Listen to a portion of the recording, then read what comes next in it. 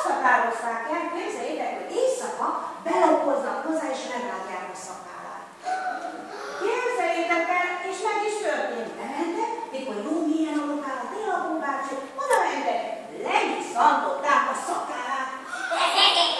Hát reggel a Mikulás fölkelt, mit sem sejtve, fogta a ruháját, csutonját, fölöltözött, indult a rénszarvasokhoz, hogy na hát, most ő már megy a gyerekekhez.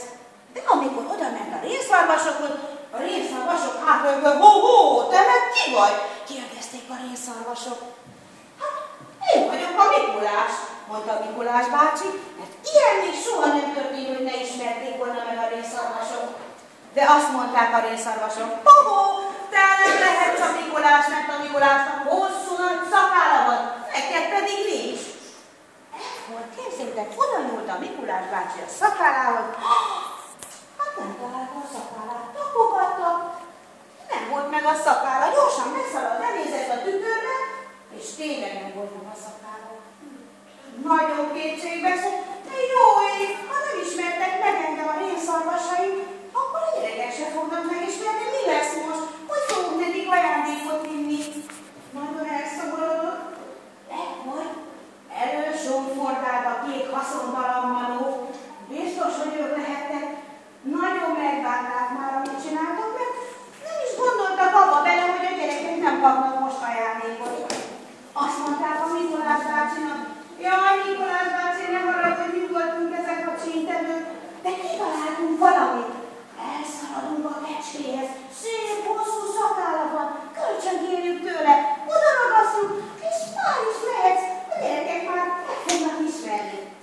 Így is lett a két haszontalan manó. Elszaladtak, kölcsönkérték a kecskétől a szép, hosszú fehér szakállát, levisszantották, fölragasztották a Mikulás bácsinak, és most már mindenki megismerte a Mikulás bácsit, a rénszarvasok is. Gyorsan beugrott a Mikulás bácsi a nagy kuttonyával a szánkóba, és vitte már is a sok-sok ajándékot a gyereknek. Hát így járt szegény Mikulás bácsi, de ilyen, hogy elvetál valami soha nem történt.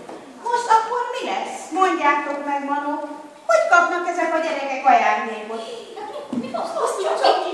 De ugye nem a Mikulás bácsi kuttonyát loptátok el ráadásul? Nem, most nem. Ez manó kuttony? Ez manó. Megesküsztök rá, hogy ez manó kuttony? Kifejezetten manó kuttony. Na jó. Hát akkor mit van, amit tennünk, akkor mindenkinek adnak valami kis finomságot, de utána fogjátok magatokat elmentek, és két haszontalan. Utána elmentek, és megkeresitek a Mikulást, és megmondjátok, hogy a Teszre szobodából nagyon-nagyon sok jó gyerek várja már őt, úgyhogy igyekezzen megvárni. És ha még egyszer ilyet megtudok, akkor virgásot kaptok, vagy még az sem legközelebb. Na akkor most megkínálnak titeket gyerekek a manó egy kis édességgel. Ha az óvónénik is úgy gondolják, akkor ezt a pici édességet most megehetik a gyerekek, jó? Majd a papírt azt összegyűjtik, és akkor majd, ha megettétek, akkor csoportok szerint